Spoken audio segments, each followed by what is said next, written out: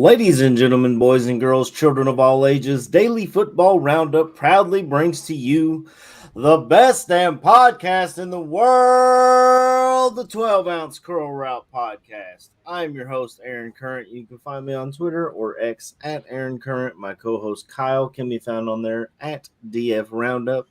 And my co-host, Corey, is all about them slips, baby. He is off the interwebs. What's going on, fellas? How was your week? A nice full day of football on Sunday. And I can't even remember who played Sunday night. I know Monday night it needed a miracle. Not a miracle. I was talking to my brother yesterday. I said, look, I had the Chargers defense and I had Dicker the kicker. And I said, look, and we were playing each other. So the only way I'm beating you is if I parlay a Chargers defensive special team anytime touchdown with a Dicker the kicker 6.5 over. And my dumbass said that and didn't actually put the bet in. So yeah, I was looking for it. One of the sports books I looked at didn't have single prop bets for kickers, so I couldn't use that one. And then another sports book app I looked at, I didn't have any money in there, so I didn't put it through because really it wasn't that great of a parlay anyway, and it hit. Well, Monday night I put together a decent little parlay. I thought the Jets would come out and do anything. I don't know. But I had them winning. Garrett Wilson to have like 70 reception yards. Breece Hall for 20 or something. Like there was like 4 or 5 legs on it. Put $3 in to win 36 and missed it right away. Well, I won a little bit, not too much. I lost, I don't know, a couple C notes, won a few C notes. So it wasn't a big week. But this week we had a game, a single standalone game at 9:30 that was great, at 1 o'clock that was great, at 4 o'clock that was great, and we finished with Buffalo and Cincinnati. That was a great game. So it was a perfect full day of watching if you had nothing else to do. Yeah. I did that exact thing, except for Sunday Night Football. Daylight savings time kicked my ass. Your boy was asleep before that game even kicked off Sunday night. Son. I'm telling you, I was wore out. We'll get into some of these games from last week. And first and foremost, the 12-ounce Curl Route Podcast. Big spread of the week last week was the Arizona Cardinals traveling to the Cleveland Browns. You both correctly chose Cleveland -8. I thought, I don't know, maybe Arizona will put up a fight and pick them +8, but they scored 0 points. Way to go, Clayton Tune. Deshaun Watson came back, I believe, in this game, so they had that. Cleveland was at home. I should have known better, but yet here we are. I was 0-1 to start the week. Kyle, tell me about this game. I didn't see really much of this game because there was no reason to see much of this game. Clayton Tune starting his first game of his career against Cleveland. Like I said last week, there's no reason to bring Kyler Murray back against that Cleveland defense. They had Keontae Ingram starting at running back because DeMarcado was ruled out. Cardinals are about to get a lot of help this week. They got Kyler Murray coming back, and they've designated James Conner to return from the PUP. And 2 weeks ago, McBride was looking really good at that tight end position too. So this Arizona Cardinals team, they get some of these guys back, and they roll near the end of the season. They're not going to make the playoffs or anything like that, but they're going to be able to see actually what they have for real. This was a throwaway game. They traded away Josh Dobbs for less than they traded to get him, and Josh Dobbs came in, and as Jameis Winston said, he ate that W, right? So I don't. Some of the moves Arizona does as a franchise, it makes you scratch your head. But I didn't see them having a shot at this one. Yeah, I don't think that Minnesota was on the 6-pack challenge last week. So yeah, we could talk a little about that. That was insane. I mean, that guy. He didn't know the guys' names when he went into the huddle with them. He was still learning teammates, and apparently Kevin O'Connell was telling him in the headset, like, this is the hot route. This is where it's going to be. And for him to lead his team to victory after 3 days of practice in a brand new system. That's insane. That's crazy. It really is. So two things for me. The Cleveland one, I couldn't bet the alternate spread fast enough.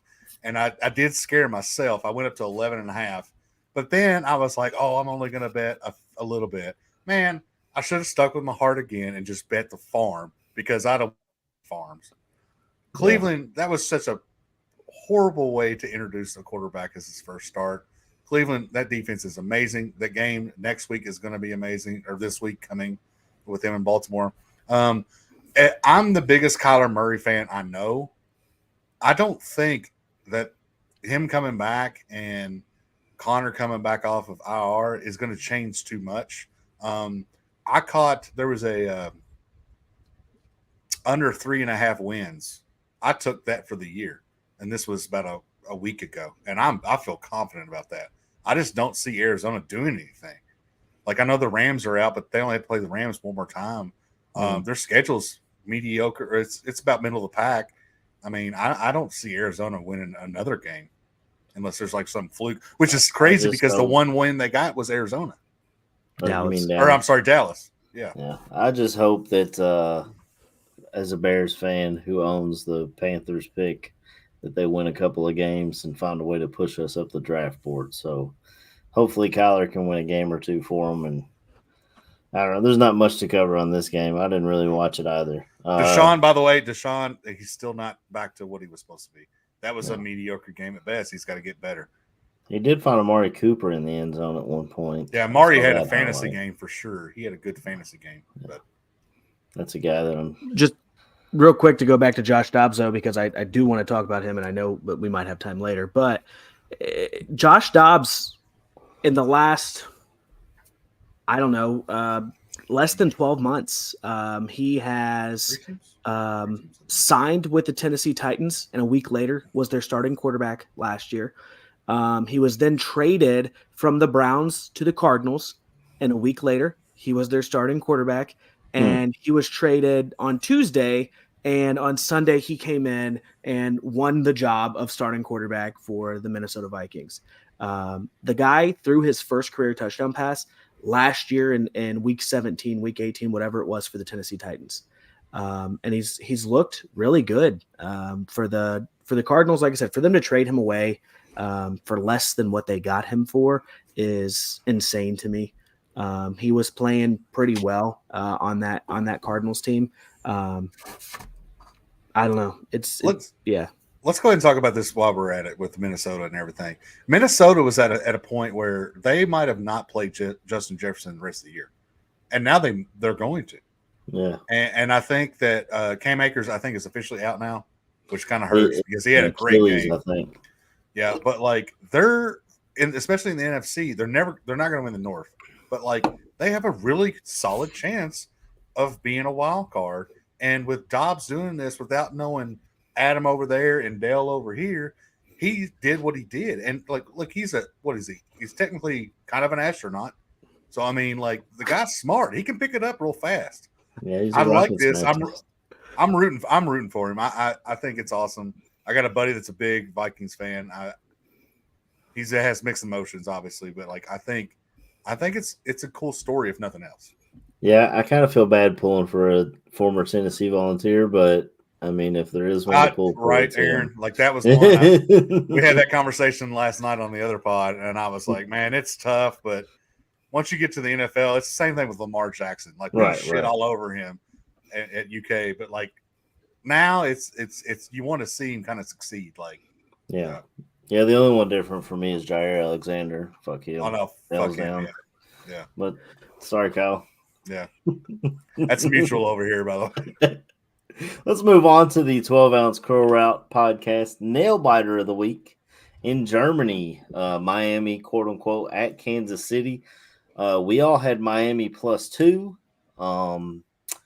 Kansas City was up, I believe, 21-0 at one point in this game, and they let Miami start to climb back, but they didn't climb back quite enough.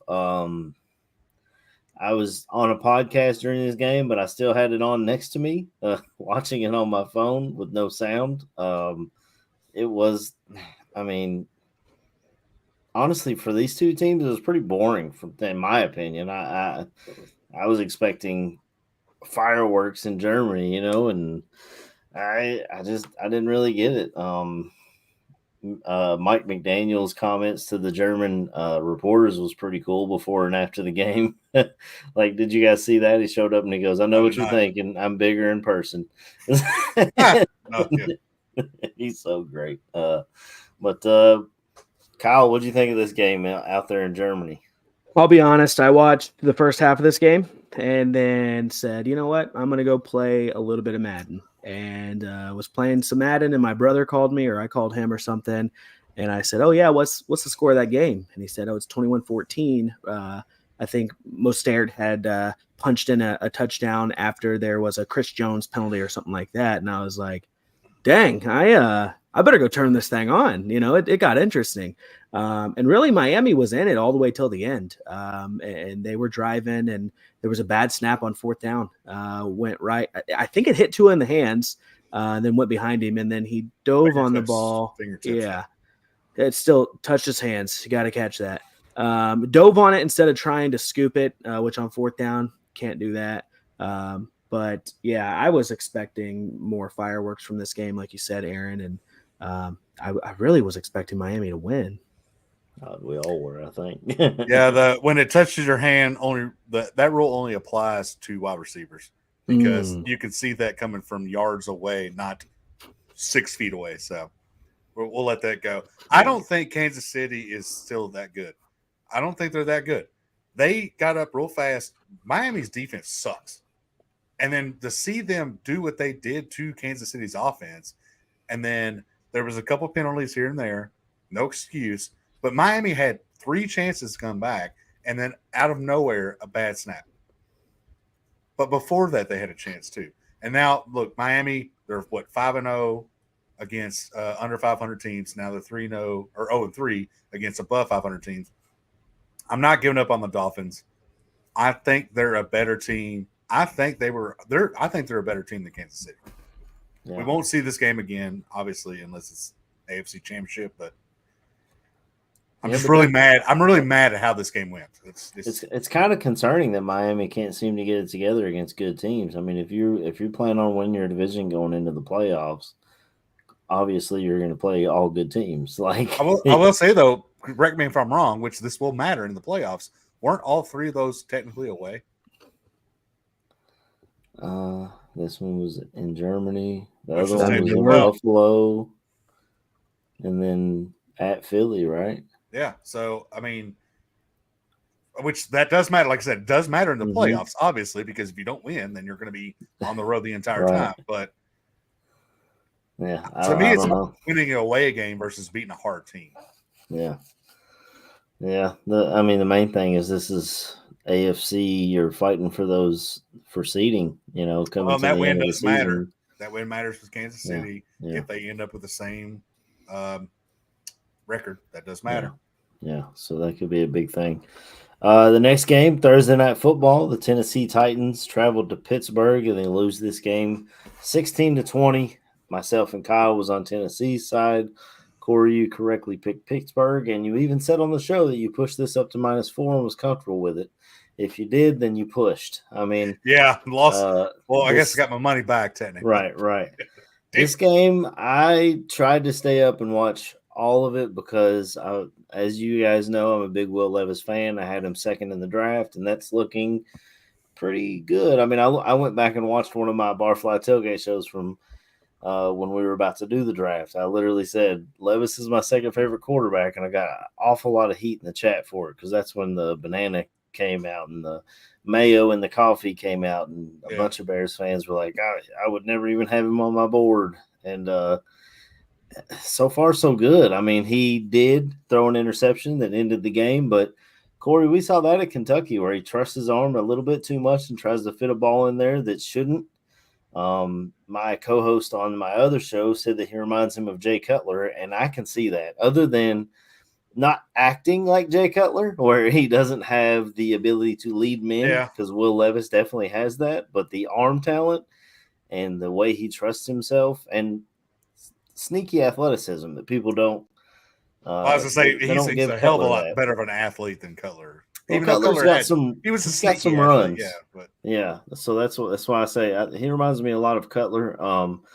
I mean, I'm still proud of the way Levis played and what he's done. He's looked really good, especially when you look at what Bryce Young has done. And I mean, Anthony Richardson's been hurt, so you can't really get a full season sample size of him. But he was named the starter for Tennessee this week going forward. So he's done enough to win that job. And I think Titans fans have something to look forward to under center that they probably haven't had since, I don't know, maybe when Vince Young was drafted, but before that, Steve McNair, really, the Titans, they haven't really had a quarterback that they could like hang their hat on and say, this is the guy. And I think they have that in Levis. Kyle, what do you think of this game? Just I think when Ryan Tannehill's first year with the I think his first year with the Titans, and I'm probably wrong, but I feel like he had 35 passing touchdowns. And I'm looking it up. He had 33 his second year with the Titans. So when Tannehill came and started his career with them, it looked promising, but it's gone downhill since then. This game was down to the wire. I mean, Will Levis kind of had to force that ball in there and hope to get something with it because it was pretty much last play of the game. Yeah. And they were in this the whole time. Pittsburgh continues to find a way to win, even though they are being outgained on offense. Every single game. They say defense wins championships. This defense is winning them games. As it stands right now, not even that good of a defense. It's not, but it's as it stands right now. All 4 of the AFC North teams would make the playoffs if the playoffs started today. Wow, that's crazy. I didn't realize that the Bengals had punched their ticket. How high the corpse of Nick Folk, like he is kicking out of his mind right now. I don't think if he's missed anything, he's missed one maybe, and it was like a long 50+ or something like that. Yeah. I was jacked for Levis. I thought Pittsburgh's defense alone would rattle him, and they did. I mean, they hit him. Yeah, and now he can handle it. We've seen him get hit by the SEC. So, but like I'm not that last interception. Who cares? Like nobody cares about that. He was trying to do some stuff. He's a rookie. The second game he'll be fine. My thing more or less is Pittsburgh that is still doing this with somehow this offense is so incompetent that. Like George Pickens, they're winning. They're like on a winning streak, and George Pickens is being diva receiver right now. Couldn't he be happy for his buddy Deontay Johnson, who went 550 days without catching a freaking touchdown, and then he finally caught one. And then, oh shit, now they have Deontay Johnson and George Pickens. Like, Najee Harris had a great game too. Like, that stuff is starting to come out a little bit. But I like Kenny Pickett, but he's still – is he the guy there? Still, is he the guy? Like, I mean, it's Pittsburgh, so they'll give him every chance to. They're loyal to a fault up there, man. That look what they're doing with Matt Canada. They like. Well, now it's Matthew America. Now it's Matthew America. It's not Matt Canada. He can go back. Just imagine at one point the Steelers had Josh Dobbs. Yeah. Right. Yeah. Right. That could have been their guy. So I don't know. Like Pittsburgh, like you said, they're all in the playoffs right now in the AFC North. Tennessee is going to kick their way to a few more wins this year, and they can still sneak in technically into the playoffs. I think Tennessee's got to work on drafting some offensive linemen because, I mean, like you said, Corey, they were trying. They were hitting Will Levis early and often. They tried their best to rattle him, and he just – Shout out to our boy that kept getting up, though. Oof. Yeah, he definitely just kept getting up. You just got to hope that – those hits don't start piling up on him and hurt his career. I mean, we saw that with Tim Couch. He got drilled and drilled and drilled to where he didn't have a career anymore. It's also real quick, you got to give the ball to Derrick Henry more. I don't care. You just have to give the ball to him. He is a freak of nature. Yeah. You have to give the ball to him more than 20 times a game. You just have to. I was so surprised not to see him traded. And I read something today that said, I think it was Marlon Humphrey. Marlon Humphrey said he was 85% certain that King Henry was coming to Baltimore. And just for him to still – he's going to be a free agent at the end of the season. Unless they're going to franchise tag him and play that song and dance with him, he's hitting free agency, and I don't think he's gonna get a big contract because running backs don't. But you could have got something for Derrick Henry when you had him in house, whether it be a 3rd, 4th, 5th round pick. Depending on how much he signs for, that compensatory pick may not be that big. And Derrick Henry he's a big man. Yeah. And watching him run, I mean, that 99-yard touchdown he had against Jacksonville a few years ago, the speed, he doesn't look fast, but he's fast and he's big and he's scary. And if I was a defensive player, I'd run the other way. He's always been that way. When he was in high school, they'd take him out in the second half. They called it Derrick Henry ball. He's an old truck. I mean, it takes a couple gears to get there, but once he's there, he's hitting 20 plus. Like, you just got to get him there. He's the only person in history to have a single season of 2,000 yards in high school, college, and in the NFL rushing. That's impressive. That's a good stat. But if there is someone you're going to franchise, use the franchise tag on. I would think running back would probably be the least expensive position to do it at, other than, I don't know, maybe somewhere along the offensive line. But I'd have to look at their stuff. I think there's another way they can do that. And they can always. What they can do, the Bears did this with Kyle Fuller back in the day, where they put a transition tag on a guy. And then you allow someone else to give them a contract what they think they're worth, and then you have the ability. Well, that's kind of what Baltimore did with Lamar, right? In theory, I mean, kind of. Whoever could match it, that's fine. But yeah, the next game we're going to talk about was definitely you talk about a great game at 1:00. The Tampa Bay Buccaneers travel to Houston. They lose this game 37-39. I had Houston covering. You both had Tampa covering. And CJ Stroud went out there and broke the rookie record for passing yards in a single game, threw for 5 touchdowns, and just really, really put on for his team. When Tampa scored with, what did they have? Was it under 2 minutes or at 2 minutes left?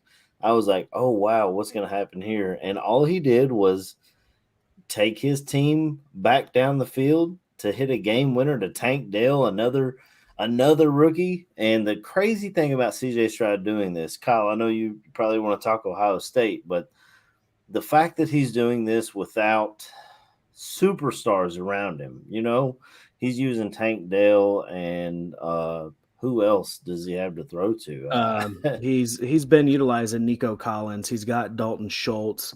He's got who was the other one? Noah Brown had a really big game. Yeah. So, I mean, he's funneling, 11 targets to Schultz, 11 targets to Tank Dell, 6 to Noah Brown, 5 to Nico Collins. He threw the ball 42 times. Yeah. So he's just back there point guarding it up, spreading it around, using all of his receivers, and that goes back to, there it is. Look at that. I didn't know. How far was the drive to Houston, Corey, to go down there and get that hat? It took me a week, but I got it. Yeah. It looks nice. Those buses barely came, man. They barely came. I missed a couple, but yeah. Corey Florence's Houston Texans. So when's your CJ Stroud jersey come in? I'm not that dedicated. Come on. Hey, if you download the Fanatics Sportsbook, you can make a $50 bet and you get a free jersey. No free ads, but yeah. Hey, this was an exciting game to watch. It was a great game. CJ Stroud he's amazing. He's O'Roy already. That's no question. Rookie of the year, whatever you want to give him. Yeah, he just locked it up in that game for sure. Oh man, he was like he was playing college again. I mean, I was really surprised how calm and collected he was. Like when your team goes down that late, like they shot the camera over to him and he was just like, "Let's go to work, boys." And he just put the team on his back, and amazing drive, amazing game. Like I was telling Kyle, I was when Tampa scored there at the end, like I told you guys, I had to pick up Baker Mayfield last week because both my quarterbacks were on bye. So I was like, bye. I was like, hell yeah, get another touchdown from Baker, and then just see CJ break the rookie record in passing yards, 5 touchdowns on the day.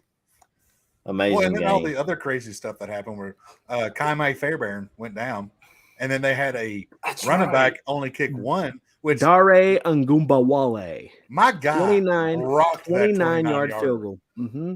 And then at the end of the game to down a 2-point conversion. So like to no questions asked, like we don't want any weird shit to happen.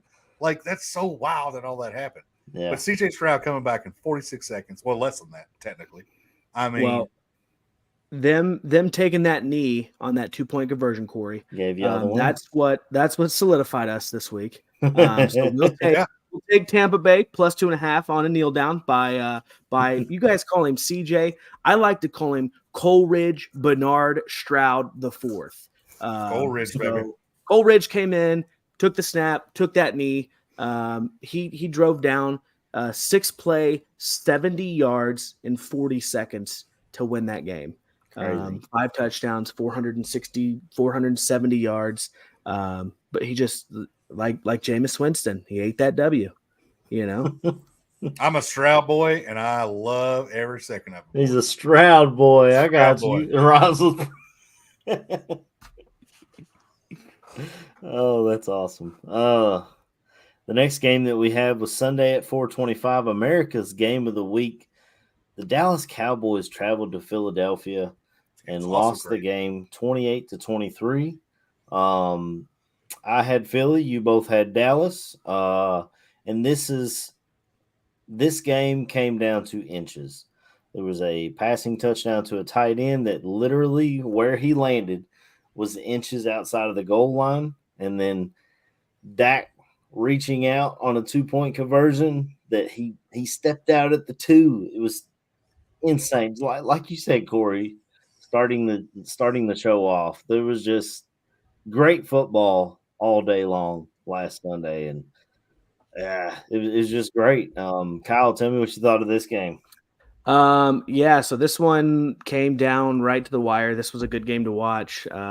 I like to watch NFL Red Zone on Sundays because there's no commercials, and I put it in the quad box because I do have YouTube TV. And NFL Red Zone was getting ready to show all the touchdowns from all the games because they can't play that last game. And I told Keegan, I said, hey man, we're going to have to watch these touchdowns later because we got to go over to Fox or CBS or whatever it was and catch the last part of this game. But yeah, it came down to the wire. I'm not sold. This might sound bad when I say this, but I'm not sold on Philadelphia right now. At 8-1, I don't think that they're the best team in the NFL. They have a bye. They have a bye this week, and then they come out and they play Kansas City, they play Buffalo, they play San Francisco, and they play Dallas. There's a chance that they come out and they're 8-5 after that. To finish the season, they have just a cakewalk. They have Seattle. I guess that's not a cakewalk, but they have New York, Arizona, and then New York again. And by that time, we'll either be watching Matt Barkley play quarterback, or maybe, I don't know, because Tommy DeVito ain't it. Danny ain't it. Neither one of the New York Giants quarterbacks are it. So yeah, I will say this: Dallas now goes on a easy spree until they get to Philly, and then their last, I think, 3 weeks are pretty much a gauntlet. But to me, I think Dallas looked better in this game. They had those 2 little mistakes on top of a couple other things. And also, too, man, it's still crazy what happens when you throw the ball to CeeDee Lamb. Yeah. 191 yards, 11 receptions. I mean, wow, it's amazing how good that guy is when you throw it to him. I'm with you, Kyle, on that. Philly 8-1 kind of reminds me of Minnesota at 9-0. Only not the single win game or single score games, but Jalen Hurts is coming back for sure. He did get hit low. That should have been flagged. Goddard, broken arm. He's gone for at least 6 weeks now. That matters. That does matter. I think Dallas looked better in this game, and I cannot wait for this rematch in December. I cannot wait. Yeah, it's gonna be. It's gonna be crazy, but that brotherly shove, man, it still works. It's just that's fine. You know what? That's fine. And now the rule is stop them at 3rd and 3. Yeah. Instead, because the boulder shove is only good for 2 yards.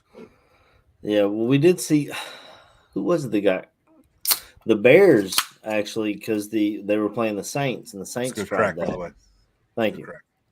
They were playing the Saints and the Saints tried that and the Bears were able to stop it on a 3rd and 1. For some reason, they'd been using Taysom Hill all day. They decided to let Derek Carr try that play. I don't know. I don't know what the thought process was behind that, but death taxes and Taysom Hill week 9 through 13 being on everybody's fucking radar. Yeah, mine included. He looked like Heisman Tebow against the Bears last week. What's wild is Taysom Hill's like 33 years old.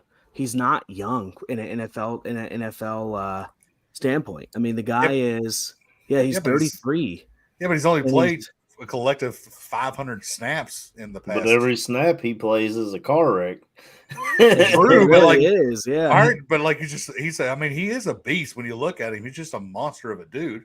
Like, and if you only use him selectively, the Saints still have a chance to win the division. So now selectively, the man's a quarterback, a tight end, a running back, and he's the up man on the punt team. I mean, the guy is all. I think he even is probably on the kickoff. Well, I do think at this point, receiving and the kickoff.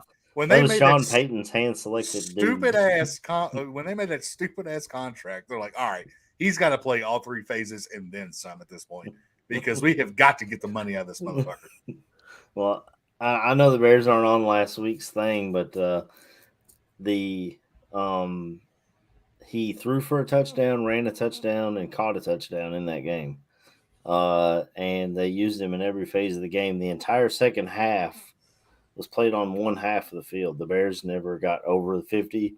Which is wild. It was like, and they didn't give up a point. I will say this. How do you feel about, Aaron, Chicago, shutting down Kamara? And there might have been some other Saints stuff with that, but like I was shocked Kamara that much and shutting down. Olave did get, I think, a touchdown, but you kept him to minimal yards. And then Michael Thomas, the corpse of 0 to next to nothing. Yeah. He had 0 fantasy points. That was semi-promising.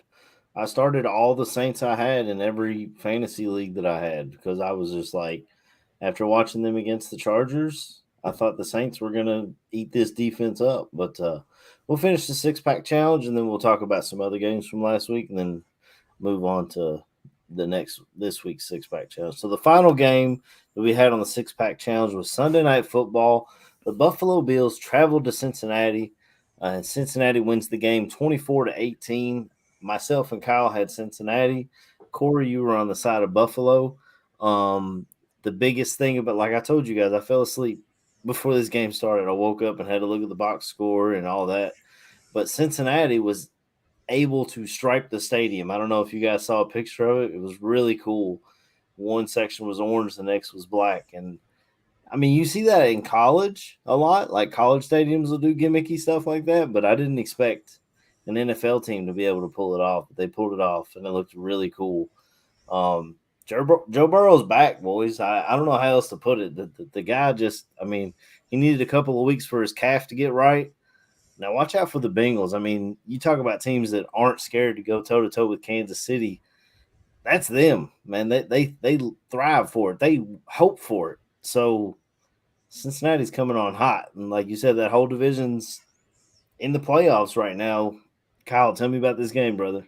Yeah, so living so close to Cincinnati as I do, and Cincinnati being the stadium that I visit the most, and it's not even very frequent, Cincinnati, the fans are not used to having a great team. Yeah, they had Palmer. They had a few years that they got in the playoffs and everything like that there. And then Palmer was gone, and it was right back to being, a bottom dweller. The Bengals are good. The Bengals are really good. And Burrow is leading that charge. And the people in Cincinnati are freaking excited. When you go there, it's just the intensity is so high, and it's just a vibe and everything like that. Cincinnati winning this game by 6. I don't know that I not surprising. They were the better team, obviously, Sunday night. And I think that they've the last few weeks been the better team on the season. but they started out the season rough. They are going to have to play mistake-free football for the rest of the season because they are still fighting an uphill battle in the AFC North because they have losses, I think, to Baltimore and Cleveland. So they have to play really, really good football the rest of the season. Yeah, for sure. Are you looking up schedules? Yeah, real quick. So here's the thing. So a lot of teams are dealing with the whole we can't sign this guy next year. We are seeing what this is with Cincinnati. T. Higgins is gone. He's a number one on 20 teams, and he will be a number one next year. He might be number one this week. Well, but yes, which by the way, they have a big game, and I don't think Jamar Chase, if nothing else, he might be a decoy. I don't think he's going to play, but T. Higgins came out this game. I don't think he's going to be there next year. I just don't. Joe Mixon, he kind of showed up again. Like we all kind of love Joe. Joe Mixon quietly is like a middle of the pack running back, but he still gets good yards and stuff. Mm-hmm. Everything kind of clicked on offense for them a little bit this week, and they brought up 3 different tight ends out of nowhere. Like we've heard of Sample, we've heard of a couple of guys, but they all got shares of everything. And then it turns out, oh wait, Joe Burrow can throw to these guys too. Their defense showed up; it was good. I don't know. Cincinnati's just on a roll right now, and everything's working for them in different ways. Yeah. And I will say this: I used to go to, we used to have season tickets to Cincinnati back when they sucked, and that stadium always got up regardless. Now they might have wore bags, but it was never as bad as like Cleveland or anything. Yeah, that stadium was always loud, and now they're good. Like I know, wow. I went up there. I think it was the year before they got Burrow. I know Trubisky was the Bears quarterback. I went up there for a Bears Bengals game. I think it was really late in the season. It was fucking cold. But my brother and I, we sat at the very top of the stadium and started to move down as the Bears won that game. And that, like I said, that was before. I think it might have been the year that they were bad enough to land Joe Burrow. But yeah, that stadium was not very loud that day. But the Bears they had a good game plan that day. And the one time I went to see Tom Brady there, me and my buddy who's a Ravens fan, we dressed in all of our attire, and we sit there and like, I think it was Dalton that was there at that time, and they were really good then, but the Patriots were good, and that was a last second interception in the end zone by Pac-Man Jones right in front of me. That happened, and I was like, damn it. But like that stadium was loud. It was loud to begin with, and they were like 3-7 or 6 or something at the time. Like the Cincinnati crowd gets up for Bengals regardless. Yeah. So I mean that's it for our 6-pack challenge from last week. I know I talked a little bit about Bears Saints. I only watched it because I was a Bears fan. I don't expect anyone else to have watched it really in its entirety. It was a decent game. Tyson Bagent threw 4 interceptions and had a fumble. And it looks like, I guess we'll get into it with this week's set of games, but it looks like he'll be playing again tomorrow night. So that'll be, if you want to go to bed on that one, Corey, you go right ahead. Yeah. I'm not even going to put money on that one. I don't think. Maybe the under. Maybe he's not even wasting the time of driving to the casino. No. I will say real quick on games from the past week. The Ravens are freaking. He beat the hell out of Seattle. that was not how I was expecting that game to go at all. Jesus. Yeah, you talk about your quad box, Kyle. At 1:00, I had Bears Saints. I had the Ravens and Seahawks. I had the great game, the Tampa Bay and Houston, and I had what other game I had? I don't remember the other game, but I had the quad box going, and at one point they just turned the game off for Baltimore and Seattle, which I didn't expect it to get that out of hand. And I mean, now people are talking about the Ravens being the best team in the NFL. I mean, it's hard to argue against it. But to touch on Kyle saying Derrick Henry might have went to the Baltimore Ravens, death taxes, and they find a running back. I mean, they didn't need him really. Like Gus the Bus out of nowhere, 5 for 52 and 2 tutty. Yeah. And then you have that what was Mitchell? Keaton Mitchell. Yeah, out of nowhere, just oh shit, they have another running back. I guess his dad played safety for the Ravens back in the day. He posted a picture. I saw it go viral on social media. It was like it was always meant to be, or something to that effect as the caption, and it showed his dad wearing number 42, like the old Ravens logo on the sleeve, like when it had the shield and stuff, and then it showed his son next to him. So that's a pretty cool story. If they were both undrafted, which running backs often are these days, but that's a pretty cool story, man. And the Ravens, Roquan came out this week. They asked him about not being a Bear anymore, and he said, "I'm glad my career is not going down the drain, and I'm competing for championships." Two things. Number one, the Bears offered him. It never came out, but I guarantee you they offered him the same contract they gave Tremaine Edmunds, because it's crazy that free agency opens and all of a sudden they just have this contract drew up to give to a linebacker. You know what I'm saying? So I'm willing to bet that they offered him what they gave Tremaine Edmunds, and he turned it down and asked for a trade. And now that he's been traded out, it was over money. It was not over, I want out of this losing franchise. It was over money. And now that he's out, he wants to say, I'm glad my career's. But if you're a great player, wouldn't you want to turn around a franchise? I mean, I don't know. Maybe I'm just an asshole Bears fan, but it just seems shitty to me to say that. I think you are. While you're out. Yeah.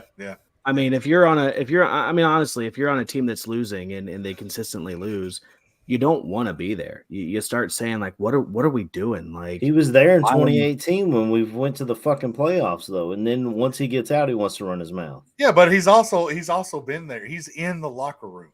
Like, there may be things going on, or he may be a head case. Who knows?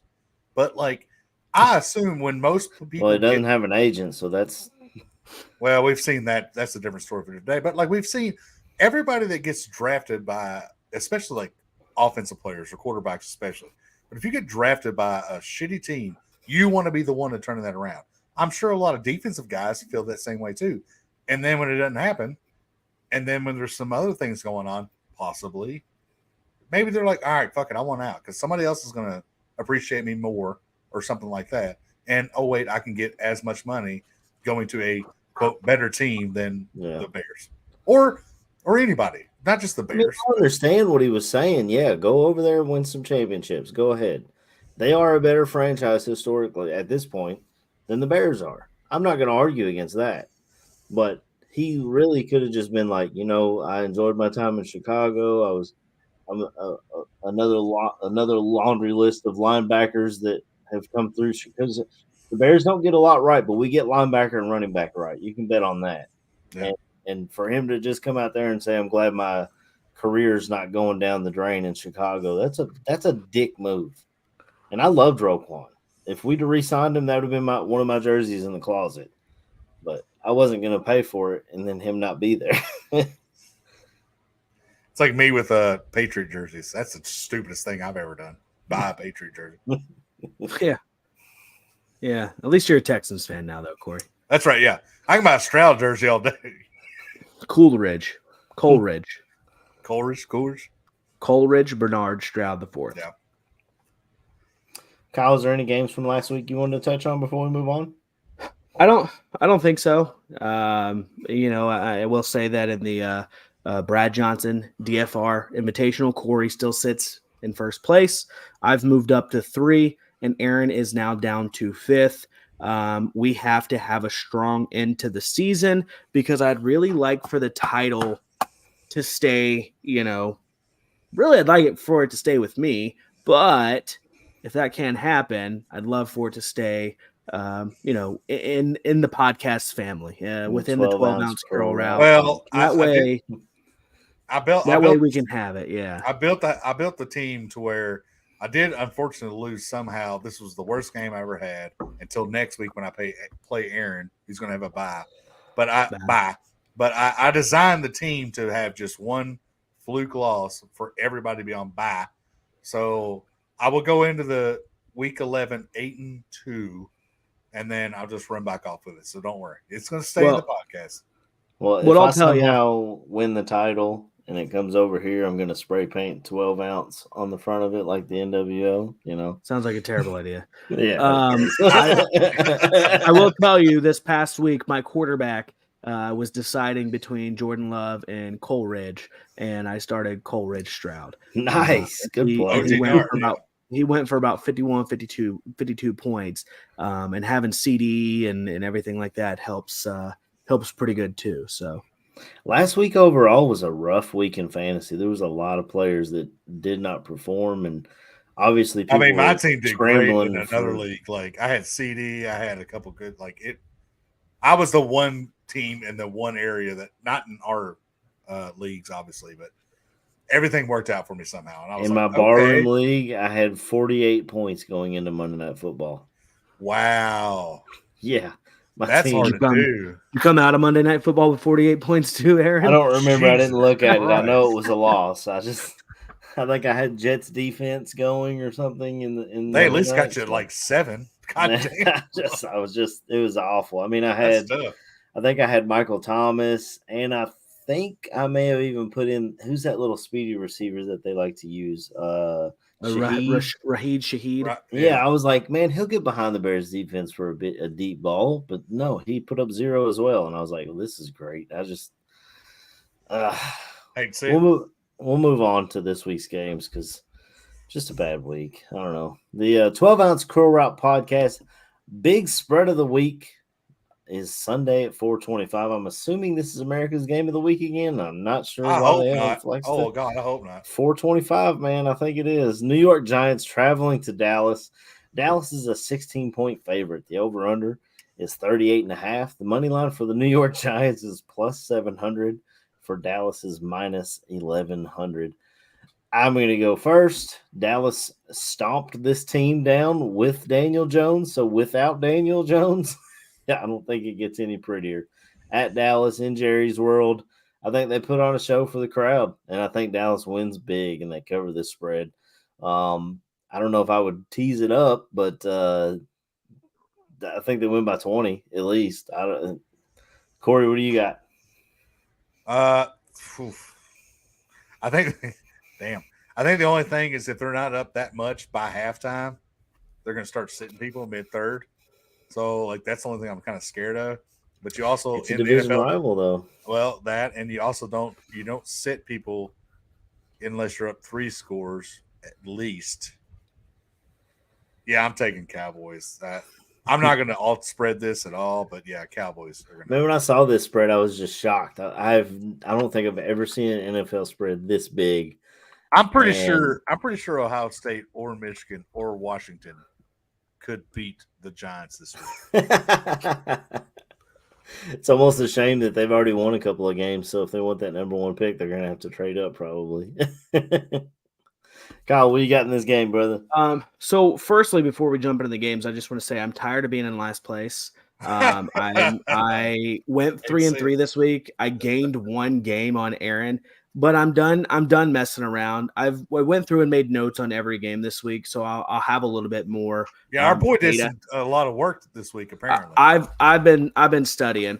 My notes. I want to read my notes. Got plays in it. The Crusher actually did put some plays in here for football. And Spider 2 Wild Banana. Notebook. He's got quarterback smash. Yeah. He's got option left. So he's got some good plays in here that maybe we have to use next season. A fake wide receiver sweep pass he put in here. Okay. So the Crusher's been busy. However, my notes for the New York Giants at Dallas Cowboys say Tommy DeVito is ass. Week 1, Dallas 140-0. Pick is Dallas minus 16 at home. So that's what I have. I'm rolling with Dallas this week, and that is high level data right there. So I was trying to make a Waterboy reference there with the green notebook, but maybe it fell on deaf ears. I'm not sure. Sorry. Yeah. The 12-ounce Curl Route podcast nail biter of the week. There was 2 games. It was -1. I chose this one. Tennessee at Tampa Bay. Tampa Bay is a 1-point home favorite. The over-under is 38. The money line is Tennessee -105, Tampa Bay -115. So Vegas doesn't even know what to do with this. Just -1 and the money line spreads like that. But I'm rolling with Levis again. Give me the Titans +1 at Tampa. They got a tough defense and they're well coached, but I don't know. Maybe I'm just feeling the Levis love. Maybe Baker does something against the Titans defense if they can't get home, but I don't know, man. It's hard for me to bet against Levis the way he's looked the last 2 weeks. Even in a loss, I think he looked good, and I don't think Tampa's as good on defense as Pittsburgh is. Corey, tell me about this one, brother. Yep, I'm gonna have to go with our boy Levis as well. This is a pick 'em basically. I'll take it as a pick 'em. That gives me a couple extra on the odds. Over and under, I'm mixed emotions about that. It's 1:00 at the Pirate Ship. Baker's doing good, but I don't think it's going to be enough. I think Tennessee will kick their way to a win here. I think there'll be total. I wish I knew the over under on this. I'm going to say over under 5.5 field goals, and I'm going to take the over in this game. But I'll take Tennessee outright. Yeah, I'll take Tennessee all day. So Tennessee is no fucking joke, huh? Let me drop some knowledge on you. So when I was looking at this game, I wanted to look at offensive and defensive rankings and stats. So Tennessee's offensive passing yards on the season, they rank 25th. Their points per game, they rank 24th. Tampa Bay's defense in passing yards a game, they're almost dead last. They're the 31st ranked passing yards a game defense. However, they are good against the run, being at number 9. On the contrary, they're bad with running the ball. They're ranked 30th. They don't run the ball. They don't run it. Rashad White is an extension of the run game when Baker Mayfield is dumping it to him underneath. Offensive passing yards, Tampa Bay's middle of the road. Tennessee's offense, they're ranked not great. But I wanted to dig a little bit deeper on this because I can't look at these stats for the whole season when there was a quarterback change.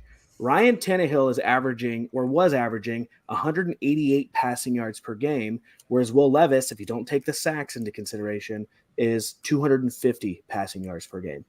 Ryan Tannehill, 2 touchdowns, 6 interceptions. Will Levis, 4 touchdowns, 1 interception. Will Levis has started 2 games. The last 2 weeks, the Tennessee Titans are averaging 22 points a game. That is up by 3.5 a game. It doesn't sound like a lot. Still gross. It's still gross too. Doesn't sound like a lot, but it moves them from 24th to 15th. It brings them up. Passing yards per game on the season, they're at 213 yards. With Will Levis, they're at 230. Again, doesn't sound like a lot, but it moves them from 25th to 14th. Wow. Rushing yards per game, they're at 114 on the season. They're ranked 12th. Last 2 weeks, they're at 127 yards rushing per game. They've played the Falcons and the Steelers. These are not bad defenses that they've been playing. They're ranked 8th the last 2 games. With Will Levis under center, this offense is playing a whole lot better. Their defense, middle of the road. They give up more rushing yards than they do passing yards. So looking at those stats and seeing Tampa Bay on paper with their quarterback not changing versus Tennessee, I lean towards Tennessee +1. That's the breakdown. So this is nothing. This is gold. So we should all have that one since we're all picking it. I put some good time into all this. I appreciate it. I swear to God, if I go 0-6, if I go 0-6 this week, I will quit. The 12-ounce podcast for the rest of the season will be 2 people. We'll find a guest host every week. So far in these picks, you'll be 0-2 with us, or we'll all be 0-2. Yeah. That's fair. Right. We'll all quit, I guess, right? No, I'm not quitting. Be here by myself. Hey guys, it's me, Aaron, co-host. This flag back here. Yeah. It'll be the 12-ounce Pro Route Podcast Bears edition. Yeah, I'm sure that'll get a lot of clicks and likes. The next game in the six-pack challenge, Thursday night football. The Carolina Panthers traveling to Soldier Field to take on the Chicago Bears. The Bears are a home 4-point favorite. The over-under is 39. The money line for Carolina is plus 150. For Chicago is minus 180. As I mentioned earlier, Justin Fields is doubtful for this game. I did see a video of him throwing the ball in practice last Friday. Ooh. So I'm not sure if there's some gamesmanship going on or if the coach just doesn't want to be there. I don't know what's going on, but it seems like he should be playing. I don't know, but he is doubtful. I don't know if he'll play or not. On Carolina's side of the ball, Brian Burns is out with a concussion. C.J. Henderson's out with a concussion. And I believe they have a safety that's out as well. And they're not good to start with. They're Bryce Young. He just doesn't have an offensive line in front of him. And the offensive line looked fine last year. I'm not sure what changed in Carolina that made the O-line just straight up bad this year. They lost most of them. Well, the guy that drafted at left tackle looked really good last year, really promising. And this year he's just not – it's like he took a step back, a sophomore slump, if you will. And Bryce Young's just getting killed back there. I'm honestly surprised he's not on IR yet. I think Chicago wins this game. I was hoping, because I looked at this spread yesterday and it was at 3.5, and I was hoping it would teeter the other way and go to 3, but it went down to 4. But I still think Chicago probably wins this game by, I don't know, a touchdown. And for some reason, I mean, they played Washington on Thursday, the last time they really went off. So sometimes the coaching staff not being able to coach them as much through the week seems to be better for the Bears. I don't know. They are wearing those disgusting orange uniforms that I hate again. As Corey said earlier this year, they look like Buffalo Wild Wings running around, and nobody likes them. I don't know why they wear. I listened to Chicago radio today. Everyone that called in was like, "Why are we wearing this? Why is this the uniform? We have so many cool throwback jerseys. The Bears do. Why are we wearing this disgusting orange? And why did we pull an orange helmet out for what? I'm pretty reason? sure that old lady that runs your entire franchise likes it, but whatever. That might be because it's the only time she can see them. Oh, the orange one's the Bears. That was my Virginia McCaskey. Yeah. That's better than she probably could do right now. Yeah. Like I said, I think Tyson Bagent plays in this game, but with Carolina missing those pieces on defense, I mean, Tyson Bagent hasn't looked awful. He threw for quite a few yards last week until the fourth quarter hit, and then he started turning it over. He's a rookie quarterback. He's trusting his arm a little bit too much and trying to fit it into places where it shouldn't be. And he was getting jumped last week. But I just don't think Carolina's that good. I don't think they have the talent level. So this is a win-win or a lose-lose for the Bears because they own both these draft picks, which is the main thing. So the more losses Carolina gets, the happier I'll be. Corey, tell me about this one, brother. All right, so I don't have to. That Carolina doesn't have to win for me to get this right. So Kyle, right? Is that right? You're gonna shit on me, Aaron. I think DJ Moore's replacement is better than DJ Moore this year. DJ Chark, he's not playing. No, DJ Moore went to the Bears. Panthers Twitter told me that DJ Chark was DJ Moore's replacement, and he was better. No, Adam Thielen was. And Adam Thielen is playing out of his mind right now with Bryce Young. I picked Carolina to win this damn division, and they got to win a game eventually. I'm picking Carolina plus the points. I don't know what to do with that over and under at all, but I just don't believe that Bryce Young's this bad. I don't. I don't think this team's this bad, so I'm going to take Carolina plus 4. Okay. Well, I mean, I can be. I was hoping that this fell to 3. So because I like the 3 better than I did the 4. I don't blame you whatsoever. If this lands in a field goal game, I could totally see it. I just, with the injuries Carolina has this week and on a short week, I mean, that plus 150 money line looks kind of good. I don't know. Well, you go ahead and drive down there to the Red Mile and put your slip in for Friday at 10 o'clock. I will. Well, you'll be late because this is a Thursday night game. Come on, Corey. You already said you're not betting on the Thursday night football game. I know. Come on, Corey. So Corey, just to answer you there, I don't know if maybe you were gone for 2 weeks when you drove down to Houston to get that hat, but the Panthers have a win, and it came over your beloved Houston Texans when they won 13-12 over Coleridge, Bernard Stroud the fourth. So they have their win. When I look at this game and I look at the stats, Chicago is a better offensive team in everything except for passing yards, and they're about the same when it comes to defense. Defensively, the Bears are bad against the pass, good against the run. The Panthers are the opposite. Bad against the run, good against the pass. Points per game, they both rank in the bottom 4. They both suck. So one thing I looked at this is I have notes that say Khalil Herbert may be back for this game. I don't know. Aaron, is he going to be playing? He was activated off IR. I can't imagine. I kind of want to see Foreman against his former team. I can't imagine Khalil gets, if he is active, 5 carries, maybe, just to get him loose. I can't imagine something too wild. So you got the potential revenge game with Deontay Foreman, and you got the potential revenge game with DJ Moore. However, when I look at who's under center, number 1 overall pick for the Carolina Panthers, Division II undrafted quarterback for the Chicago Bears. This Division II undrafted quarterback for the Chicago Bears over the last 3.5 games that he has played has turned the ball over 8 times.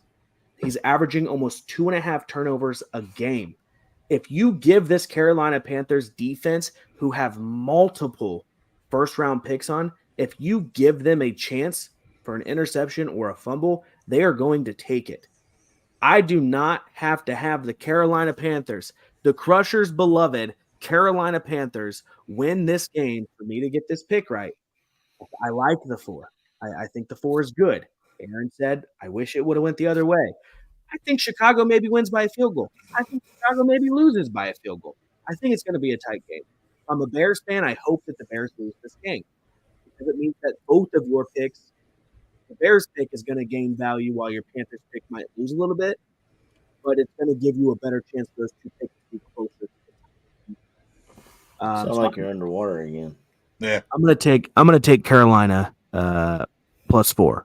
Well, that's better. It sounds like you're going to take us to Delilah. I love the very close shot we just had of his face too. By the way, that was nice.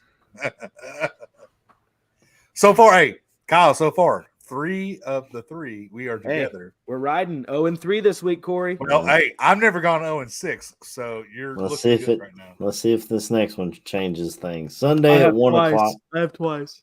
Sunday at 1 o'clock, Cleveland at Baltimore. Baltimore is -6. The over-under is 37.5. The money line for Cleveland is plus 200. The money line for Baltimore is -245. A divisional game going head-to-head at Baltimore. Baltimore getting all the love this week after smashing Seattle last week.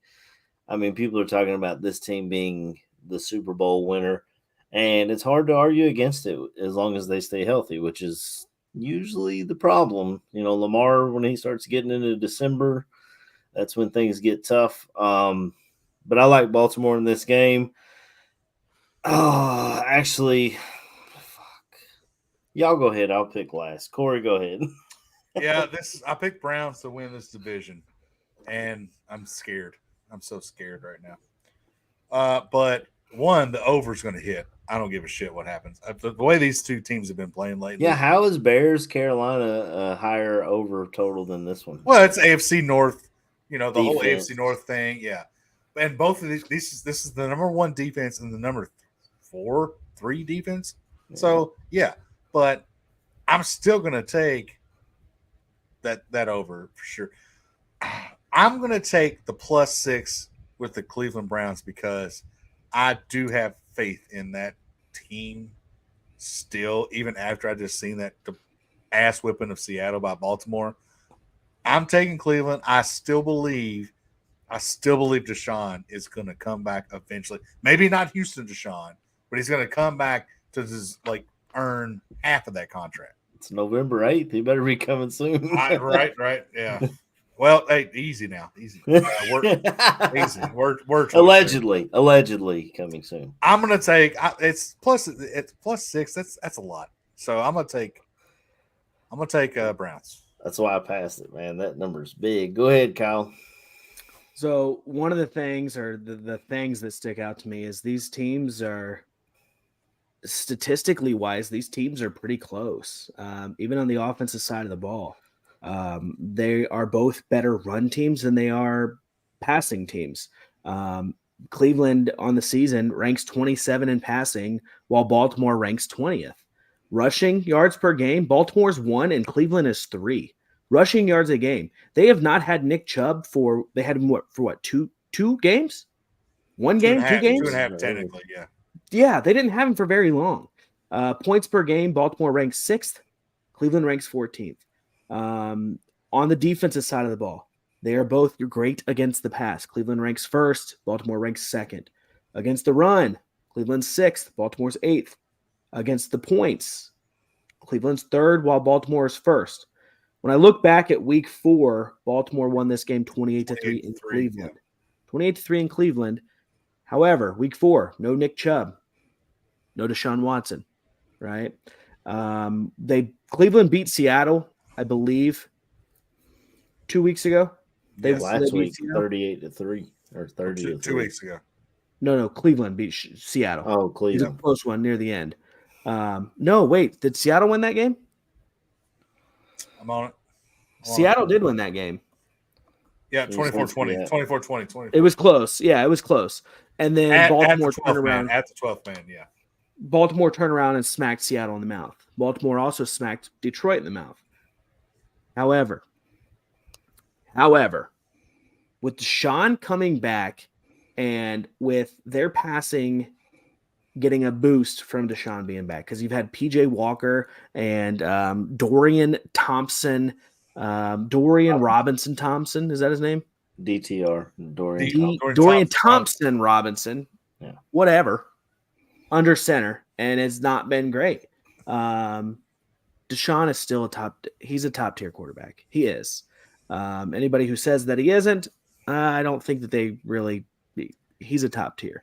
I like Cleveland +6. They don't have to win this game for me to get this right, but it's an AFC North battle. 28-3s don't happen all that often, whether one team is 16-0 and the other one is 0-16. It is going to be a dogfight for these teams regardless. This may come down to a 45, 55-yard field goal by Justin Tucker. Also, Aaron, before you go, not to mention, Kareem Hunt came back. And Kareem Hunt's the old Kareem Hunt after a couple weeks. And then, Jerome Ford is here too. So, they didn't skip a beat. Look, Nick Chubb is a GOAT. I said at the beginning of the season, he is the number 1 or 2 running back. And he was until he got hurt. What did you say, Kyle? What was Cleveland's defensive number against the pass? Number 1. They've let up 145 yards per game. Rushing wise, they let up 90 yards. Total yards per game, Cleveland's 1 and Baltimore's 2. And it's not close.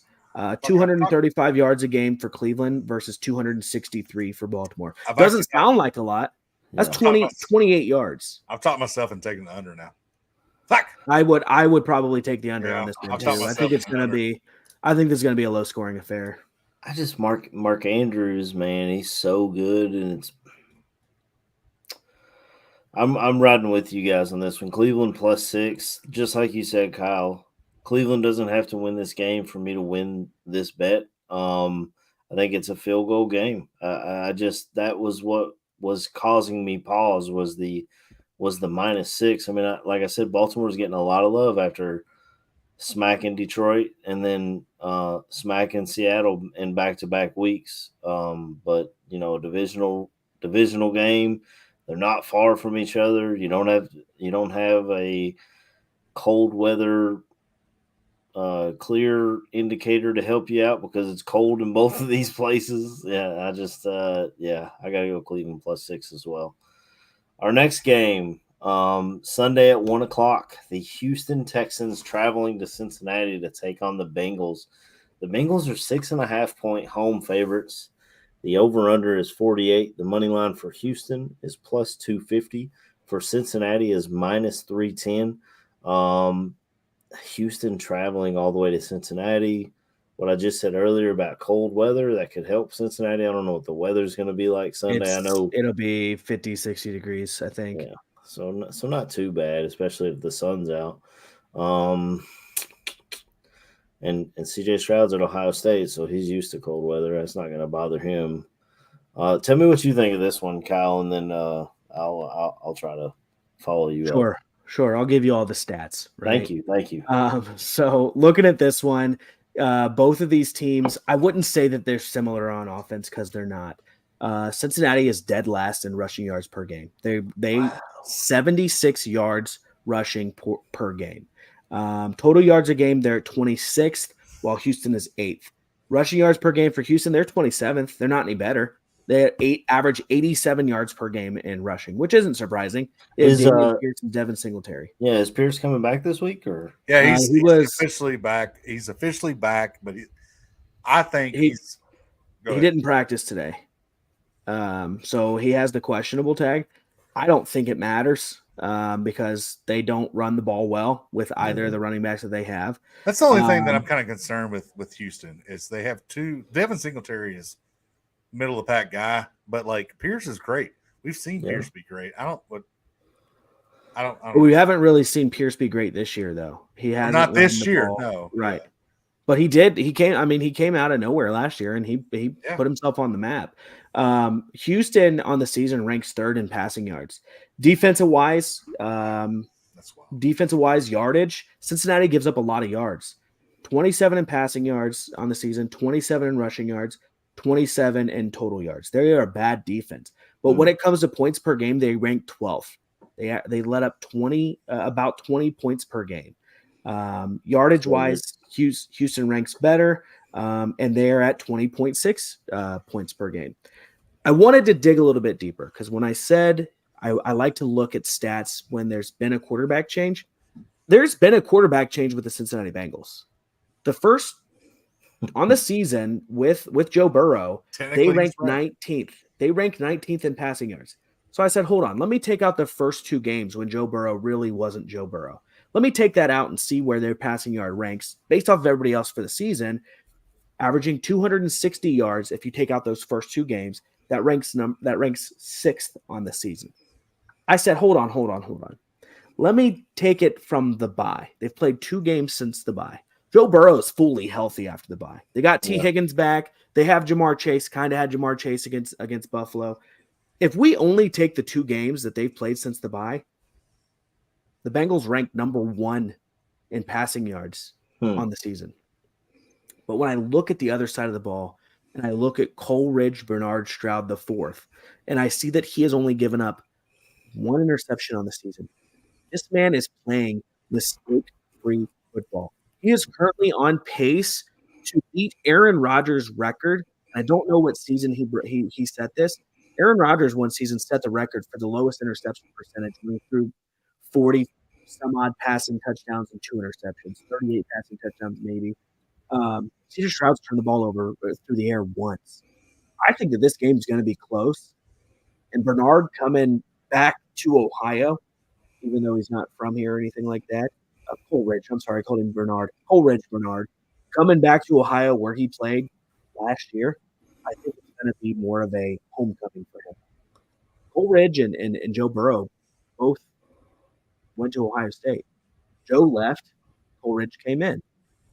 They both had great careers at the colleges that they went to. But I've taken Houston plus 6.5. They don't have to win this game for me to get this right. I don't think they'll win this game. I don't think they will, but I think this is a field goal game. Go ahead, Corey. Oh, well, as you can clearly see, I'm a Stroud boy for life, obviously. I think, look, T. Higgins has come on finally this year. Joe Mixon is, 3 years ago, Joe Mixon. That's awesome. That front line with Hubbard and Trey Hendrickson, they're good. And that front, you could argue that front seven for Cincinnati is a lot better than it's been. Houston, this is a different animal. Like, I think they can throw all over Cincinnati, and I think Cincinnati can throw all over them. I'm loving this over-under. I mean, I'm taking the over for sure. I'm a Stroud boy. I got it 6.5. That's too much. Even in the jungle, it's a 1 o'clock game. It's not a night game, so I'm going to take Houston plus 6.5. Yeah, man. Welcome to 0-5, Corey. I just don't want 5-0. I just don't want us all to have the same picks. I just don't think there's a lot of weeks left. That's a lot of freaking points, man. Like 6.5, but every time I trust Houston, I feel like they let me down. Look what they did to me last week, over a half a damn point. Oh, dude, I'm 1-100 right now with Houston. I only won one game so far with Houston. Cincinnati at home. Possibly no Ja'Marr Chase. I haven't looked at the line. I don't think Ja'Marr Chase is playing. I don't think he practiced. I don't think he practiced today. Like Corey said, he finished against Buffalo, but if he plays, it's gonna be his statistical line will look it did against Buffalo, 4 for 40. He'll be a decoy if nothing else. Boyd's gonna have to step up if he shows up. Yeah, this line may have already moved from the time I set these up last night with the Ja'Marr Chase news coming out today. Well, so the news is not official, but I'm in my head he's not playing. Yeah. Oh man, I'm riding with you guys. Houston plus 6.5. That's just too high, man. I think Cincinnati wins the game, but 6.5. I mean, are they a full touchdown better than Houston the way Houston's been playing lately, especially? And maybe I'm just coming off a high of last week of CJ Stroud breaking a rookie record, but that's a lot of points. I don't trust it. The next game, this one was weird to me. Sunday at 1 o'clock. I didn't put the Sunday Night Football game or the Monday Night Football game on. I think one of those is like Raiders, Chargers or something. It's not a good slate, let's put that. And the other one is, I don't know. But Sunday at 1 o'clock, the San Francisco 49ers traveling down to Jacksonville. Jacksonville is a 3-point. I had to look at this, double take it, because they're a 3-point home dog. The over-under, 46.5. The money line for San Fran is minus 166. For Jacksonville is plus 140. So Vegas really does not like Jacksonville at home. I know Brock Purdy seems to be back. I don't know if Debo's back, but the way this line Debo is officially back, ready to go. Okay, there it is. He was cleared to play today. There it is. That would be the reason then. I think, and I said this weeks ago, I think the NFC travels through the 49ers. Now they lost some games that lost them home field advantage in the playoffs, maybe, depending on how Philly goes on this run in the next 4 games that Kyle was talking about. But I like San Fran a lot. I love their defense. I know they had some issues, but they just traded for Chase Young, so they've got another horse to throw in there to give Bosa a breather every once in a while. I think San Francisco wins this game by at least a touchdown. So the -3 is no big deal to me. I don't know what I would do with the over-under. Hopefully the travel doesn't affect them and going to Jacksonville doesn't affect them, but I just think San Francisco is that good, and they should be pissed off after the way they've they've played the last month or so. So, yeah, give me San Fran coming out pissed off in Jacksonville. Corey, tell me what you got. So we've already seen reports come out from Chase Young saying, Jesus Christ, how much the difference is between this organization versus another organization. But it's hard to go down to Duval County and Duval. play. That's right. Both teams are coming off a bye, but Etienne run off a bye. I think Etienne's going to run a little bit more than CJ, or I'm sorry, not CJ, CMC. I think Etienne out yardages CMC in this game. And look, they don't have to win, but I do think Jacksonville will win this game. I'm taking Jacksonville. I'm taking over as well. I'm taking the outright money line on this game. I think Jacksonville is that good. I don't think San Francisco is that bad. Put your money where your mouth is. Well, yeah, I will. But San Francisco, they lost 3. They're the best 5-3 team in the entire league, and I still have faith in them. Like you said, everything running through Levi Stadium, but I still think they can drop this game and be okay. It's NFC versus AFC game. I have that much faith in Duval. I'm taking Jacksonville +3. You got me worried now. Tell me about it, Kyle. For me, looking at this game, and I went on here before the season and I said Trevor Lawrence is an MVP candidate. And through 9 weeks of the season, I was heavily mistaken. I traded Trevor Lawrence away in my home league. Nice. And I packaged him together to get CMC. And I have Kyler Murray being activated off of IR to take over the helm of my fantasy team that is currently sitting at 5-4. And Jordan Love is going back to the bench. I need Arthur Smith to start using Bijan like he should be. But we're talking about San Francisco and That's a different story for a different day. We need to talk about it eventually. I mean, we'll talk about it after this. If we don't Something's going on there. Go ahead. When I look 6 games. when I look at these two teams, San Francisco has statistically, they have one of the best offenses in the league. I think they have the best offense in the league. I really do. Passing yards, they rank 12th, rushing 5th, points per game 4th, total yards 4th. On the other side of the ball, Jacksonville ranks 14th in passing, 14th in rushing, 16th in total yards, and 10th in points per game. Now, when we get to defense, San Francisco's middle of the road against the pass at 19th. Jacksonville ranks 30th. When it comes to the running, Jacksonville ranks 3rd. San Francisco ranks 5th. Total yards per game. San Francisco's only 5th? They've only let up 86 yards on the season, or 86 yards per first. average. Sorry. Yeah. Total yards per game. 49ers sit at 10th, and Jacksonville sits at 23rd. Points per game for defense, they're really close, 4th and 8th. San Francisco averages letting up 17.5, while Jacksonville's at 19.5. When I look at these two teams and I see how they're built, they both have bigger name, speedy wide receivers. They both have a really good running back. Their quarterbacks are, one was a number 1 overall pick and one was the last overall pick in his draft. But when I look at the way that they're playing and I look at the 3 games that San Francisco has lost, Brock Purdy threw 5 interceptions. Brock Purdy's thrown 5 interceptions on the season, and they came in the 3 games that they lost. As long as Brock Purdy plays mistake-free football and he has Debo and Ayuk and CMC and Kittle, I think they have a chance to steamroll Jacksonville. Steamroll them. Give me San Francisco. I'll put a bet on this one. San Francisco -6.5, and tease a little bit, but I'm going to take them.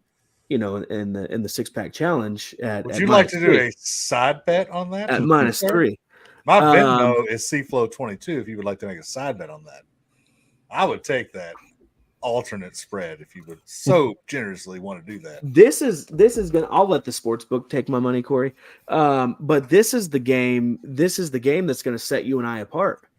We went on the other 5 games. You and I are riding together, brother. Yeah. But this is the game where it decides which of us goes 0-6 and which of us goes 1-5. Yeah.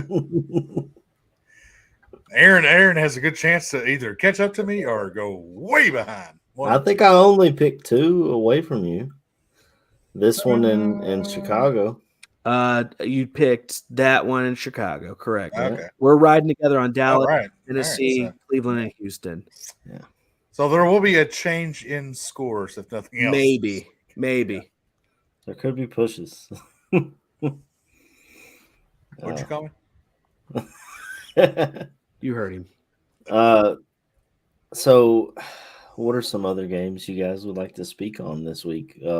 Kyle, who do the Packers play? Are they on bye or? I don't know if you know. I want to say this real quick. Panthers.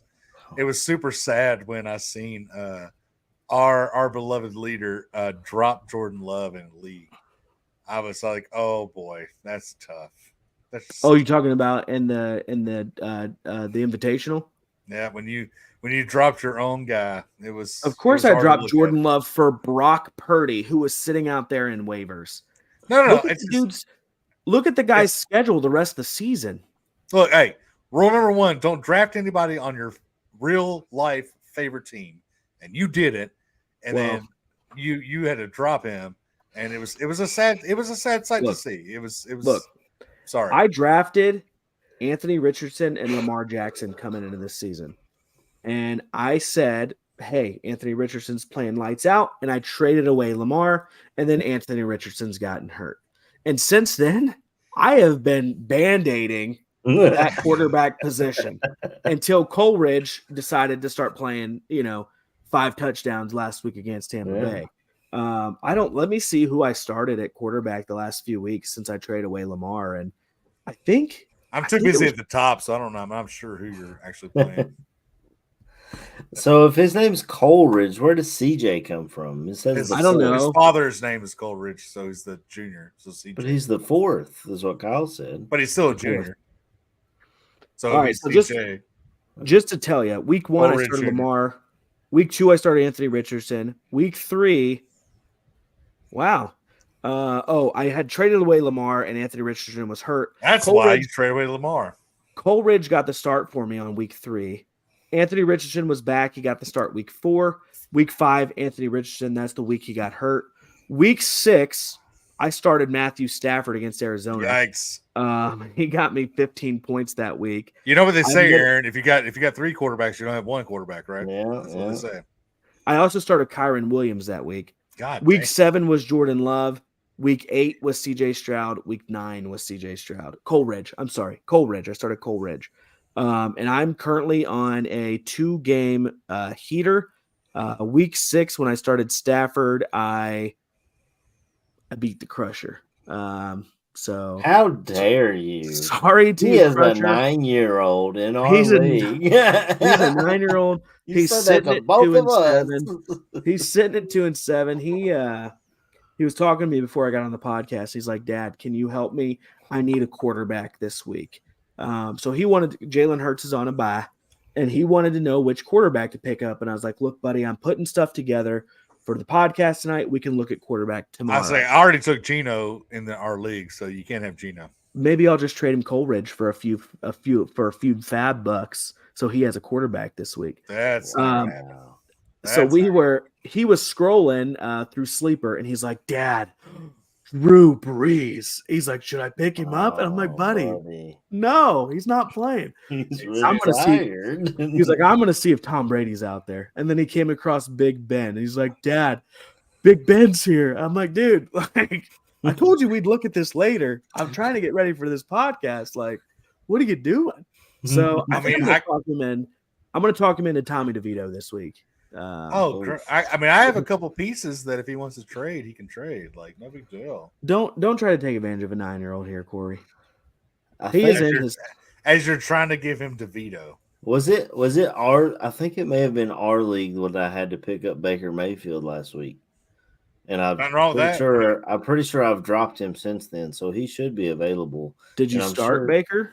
I started him last week. Is that why you lost? I mean, Baker actually statistically he did had a okay. fantasy game. Yeah. Oh no, the reason you lost was because George Pickens, Zay Flowers, DJ Moore, Jamar Chase didn't even combine. I don't think they combined for 20 points between the four of them. Told you it was a rough one.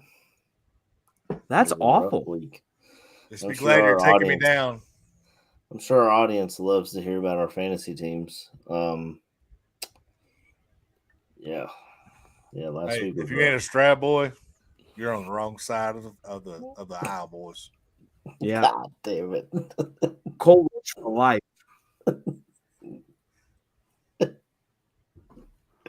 You're on the wrong side of the aisle, boy. On the wrong side. You ain't a Stroud boy.